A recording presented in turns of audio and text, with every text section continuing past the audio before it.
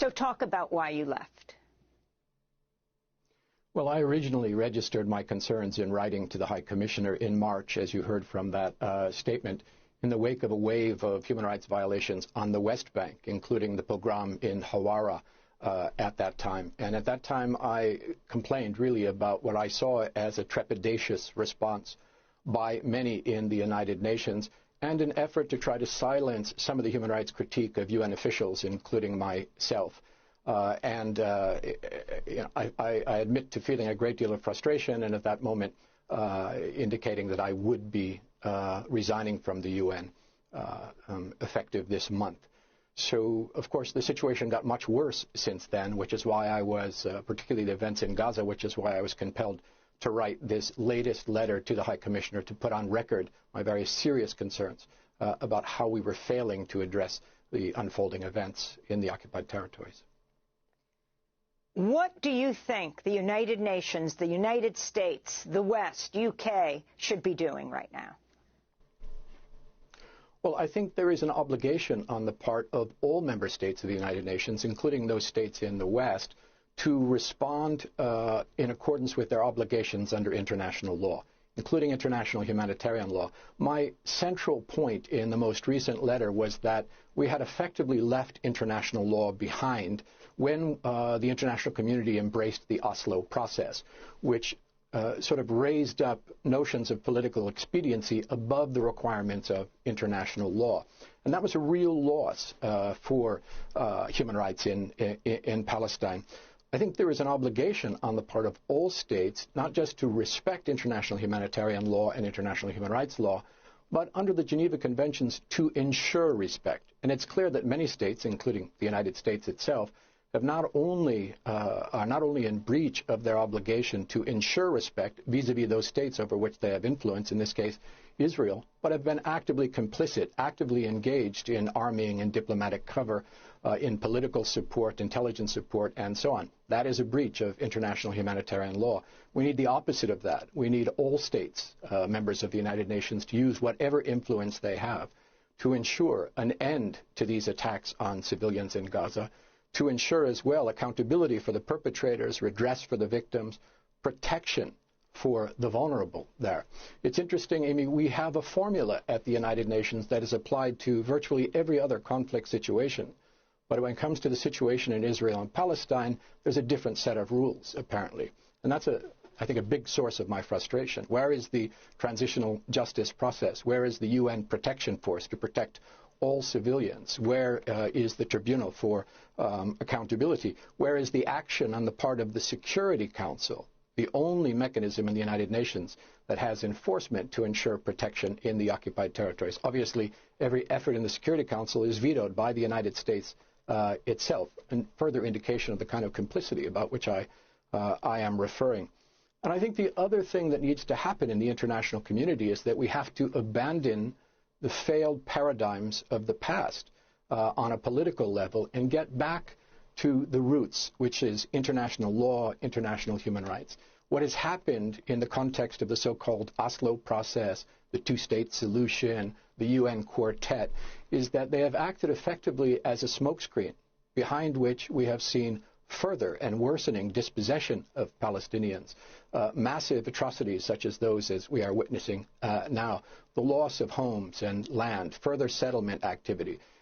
It's an open secret inside the halls of the United Nations that the so-called two-state solution is effectively impossible now. There's nothing left for a sustainable state for the Palestinian people, and takes no account of the fundamental human rights of the Palestinian people. The new paradigm has to be one based upon equality of all people there, equal rights for Christians, Muslims, and Jews, and that needs to be the new approach. And I think as well, it's interesting that this year we are commemorating the 75th anniversary of the Universal Declaration of Human Rights adopted in 1948. That same year, the Nakba occurred in Palestine and apartheid was adopted in South Africa. We have seen, because of a consistent international law and international human rights approach in the UN and the international community, that apartheid in South Africa fell. We did not take the same approach in Palestine. We've deferred to these political processes, and as a result, not only have we not seen an end the oppression of the Palestinian people, we've seen a continuing worsening of the situation. So you're a longtime human rights lawyer. I want you to respond. I played this already for Yousef Hamash in Gaza right now, in Khan Yunis, to respond. But I'd like you to respond to it as well. After Israel's attack on Jabalia yesterday, the IDF spokesperson, Israeli Defense Force spokesperson, Lieutenant Colonel Richard Hecht, appeared on CNN and was interviewed by Wolf Blitzer. But you know that there are a lot of refugees, a lot of innocent civilians, men, women, and children in that refugee camp as well, right? This is the tragedy of war, Wolf. I mean, as you know, we've been saying for days, move south. Civilians that are not involved with Hamas, please move south. Yeah, I'm just trying to get a little bit more information. You knew there were civilians there. You knew there were refugees, all sorts of refugees, but you decided to still drop a bomb on that refugee camp attempting to kill the Hamas commander. By the way, was he killed? I can't confirm yet. There'll be more updated. Yes, we know that he was killed. About the civilians there, we're doing everything we can to minimize. So he's saying they're doing everything they can to minimize. He's talking about Ibrahim Biari, whom Israel's identified as Hamas's commander of the Jabalia Center Battalion, saying that he was killed in those recent strikes. Can you respond to every aspect of what he said? They were trying to get a high-value target, as they put it, and they're not trying to kill civilians. Well, I think what's important in that interview is that is another of many indications of intent on the part of Israeli authorities that will be very important in a court of law. He has said very openly that they knew of the concentrations of civilians there, and yet, in violation of the principle of distinction in international humanitarian law, and on the pretext of killing one combatant, wiped out the better part of an entire refugee camp, densely populated refugee camp. And I think what's been interesting in this war is the very open statement of intent. I referred in my letter to the case for genocide, which is happening now. And you know, genocide is a very politicized term, often abused. But in this case, the hardest part of proving genocide has been proven for us with these very open statements of genocidal intent by Israeli officials, including the Prime Minister and the President and senior cabinet ministers and military officials, who in their public statements have indicated very clearly their intention not to distinguish between civilians and combatants and to carry out the kinds of wholesale slaughter that we are witnessing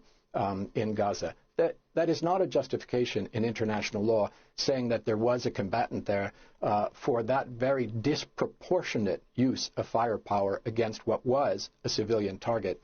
And that's what we've been seeing in all of Gaza, from the north to the south.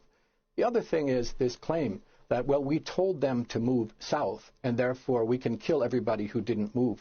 This is an extremely dangerous and unlawful tactic that is being used. First, because we know that evacuations in Gaza, in the best of times, in this densely populated, small territory with 2.3 million civilians crowded in with very limited infrastructure, is a huge challenge. But most of Gaza has been bombed into rubble.